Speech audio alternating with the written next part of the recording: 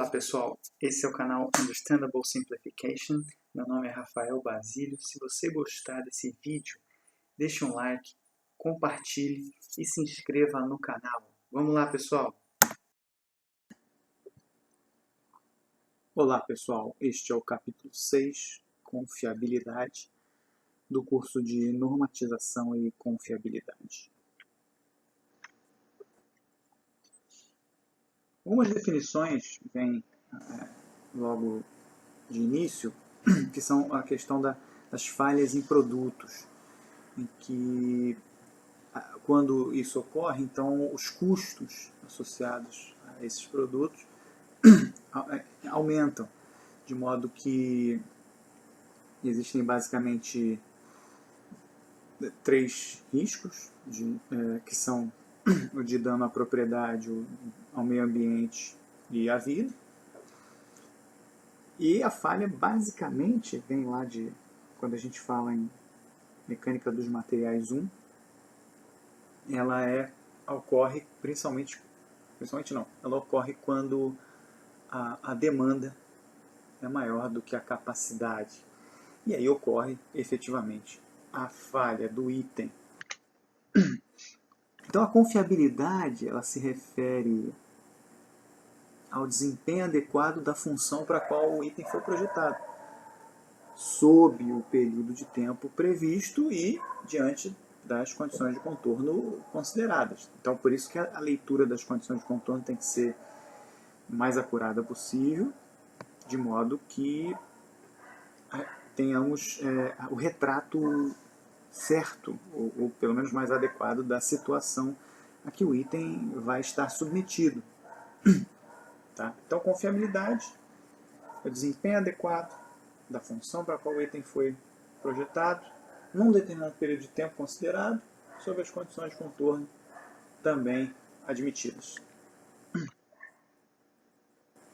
Da teoria da probabilidade clássica, se restringindo a ela, a confiabilidade pode ser expressa em termos de probabilidade. É claro que tem outras vertentes de trabalho em consideração, entretanto, é essa que nós vamos adotar daqui em diante.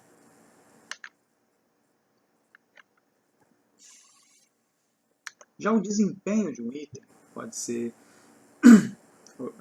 descrito da seguinte maneira.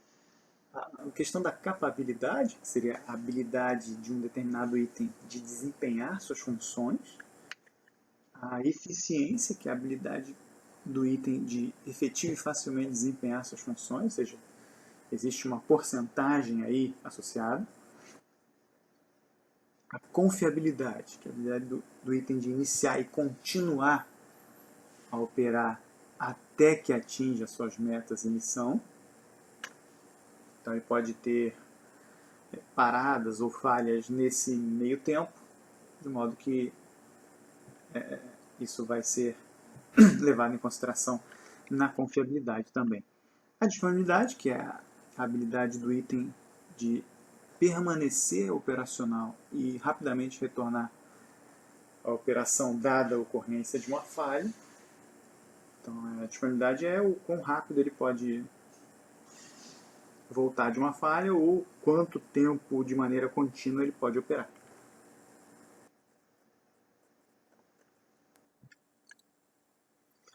As abordagens da confiabilidade, então nós temos a abordagem determinística, que lida basicamente com como e o porquê o item falha, e como pode ser projetado e testado de modo a evitar a ocorrência e a reocorrência de falha, nesse caso também a recorrência, visto que a falha pode se tornar frequente.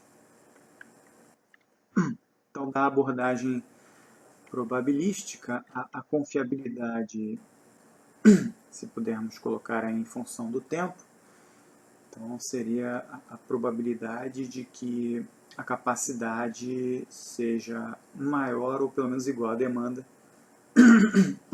dadas as condições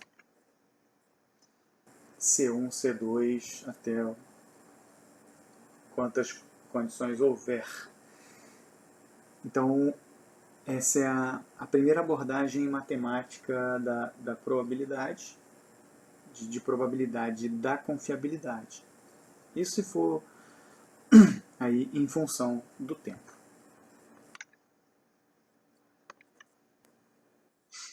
Já a disponibilidade, que é uma medida da fração do tempo que o item se encontra disponível na condição de operação, isso com relação ao tempo total. Então, uma fração ali de utilidade, digamos assim. Então, é determinado aí pela probabilidade que um item, quando usado sob condições enunciadas no ambiente de suporte ideal, né, parte sobressalente, pessoal, equipamento, diagnóstico, procedimentos, será operacional naquele dado período. A disponibilidade média durante o tempo total, né, disponibilidade dp média durante o tempo total TO, então vai ser essa fração que a gente acabou de mencionar, em que TCO é o tempo de condição de operação. Então, o tempo de condição de operação sobre o tempo total vai dar a disponibilidade.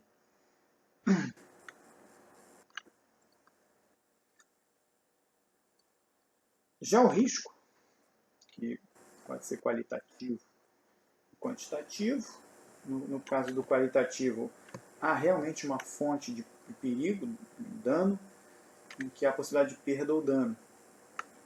Já o quantitativo, que é o que normalmente a engenharia no qual ela se pauta, trata aí de uma função onde SI é o cenário de eventos que levam a essa exposição, a esse risco, esse perigo.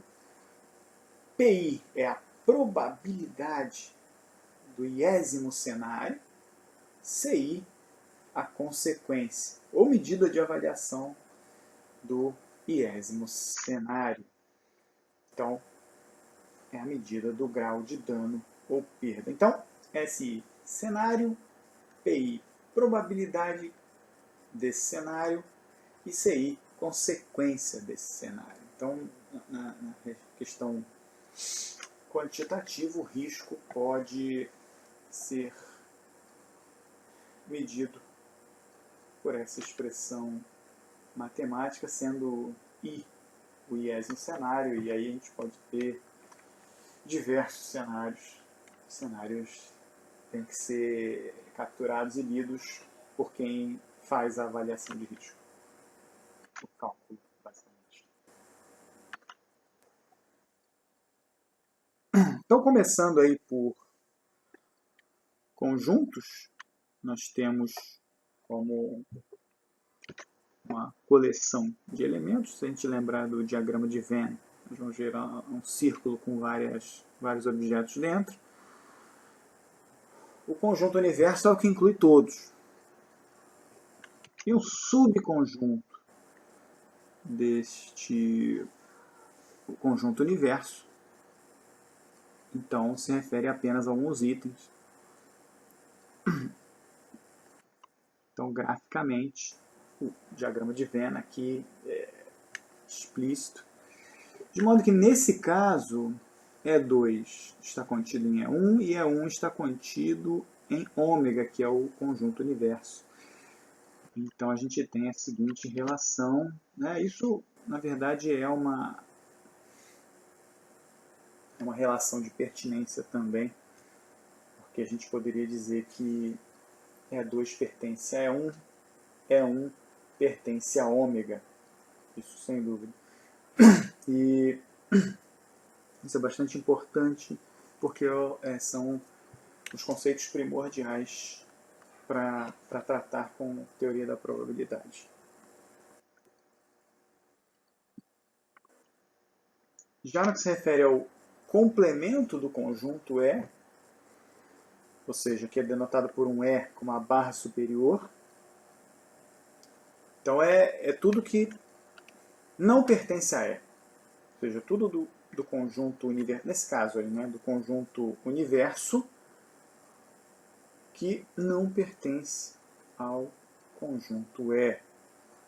Tá? Então, no caso por exemplo, o complemento do E1 seria tudo que não pertence a E1, ou seja, inclui os que não são de E2 e os que são de E2 também, que não pertencem a E1. A união de dois conjuntos E1 e E2 é o conjunto, né, que tem todos aqueles itens que pertencem a E1 e E2. Ou seja, E1 união E2. Na verdade, temos E1 mais E2.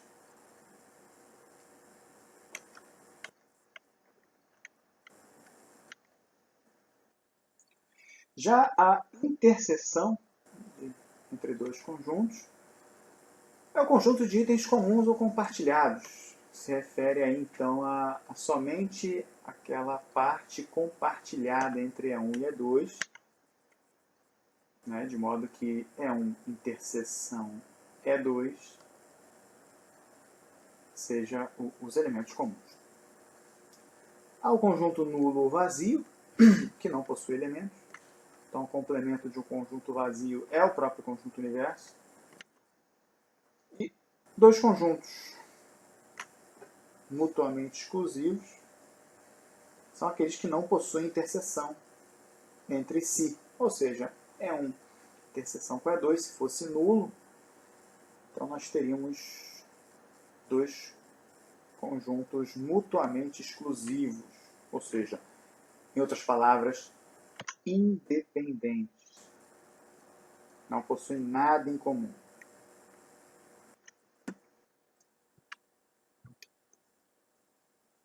Algumas leis da álgebra booleana. Então, temos a comutação, ou seja, x interseção y é o mesmo que y interseção x. A mesma coisa, x união y é igual a y união x.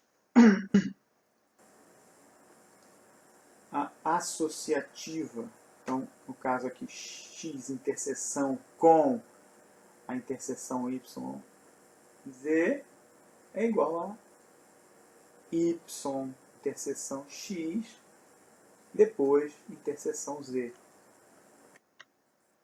A mesma coisa para a união, né, de maneira análoga. E nós temos também que x interseção de uma união YZ é igual a x interseção y união x interseção z. Então essa aqui não é tão evidente assim. A gente precisa fazer o diagrama de Venn para entender. Com o diagrama de Venn, normalmente entendemos toda essa parte da álgebra booleana, certamente entenderemos.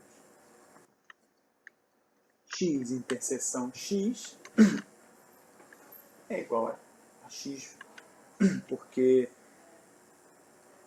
a interseção dele próprio, né, dele com ele mesmo, significa ele mesmo. E a união dele com ele mesmo, também ele mesmo. A continuação, então nós temos x união com y e x interseção com esse resultado, então nós temos o próprio x, né, visto que y fica segregado. Já o x união com x união y, então nós temos aí o próprio x.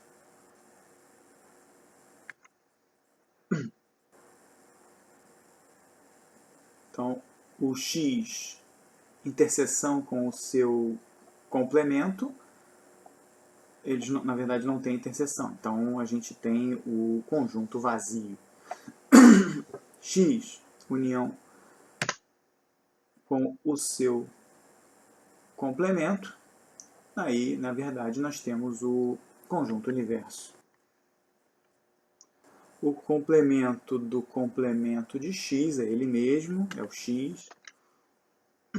E o complemento da interseção de x e y é a união dos complementos.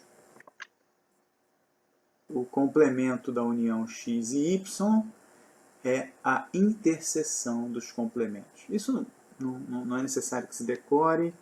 Uma simples construção do diagrama de Venn, com uma simples construção do diagrama de Venn, é possível enxergar tudo isso. Tá? Então, existe uma... sem decorar, existe uma única possibilidade, que é realmente desenhando o diagrama de Venn e tentando discernir a respeito dessas leis. De certo modo, algumas são bem diretas e outras não tão diretas assim, demandando um pouco mais de raciocínio. Bom, me despeço por aqui. Até o próximo vídeo, se Deus quiser.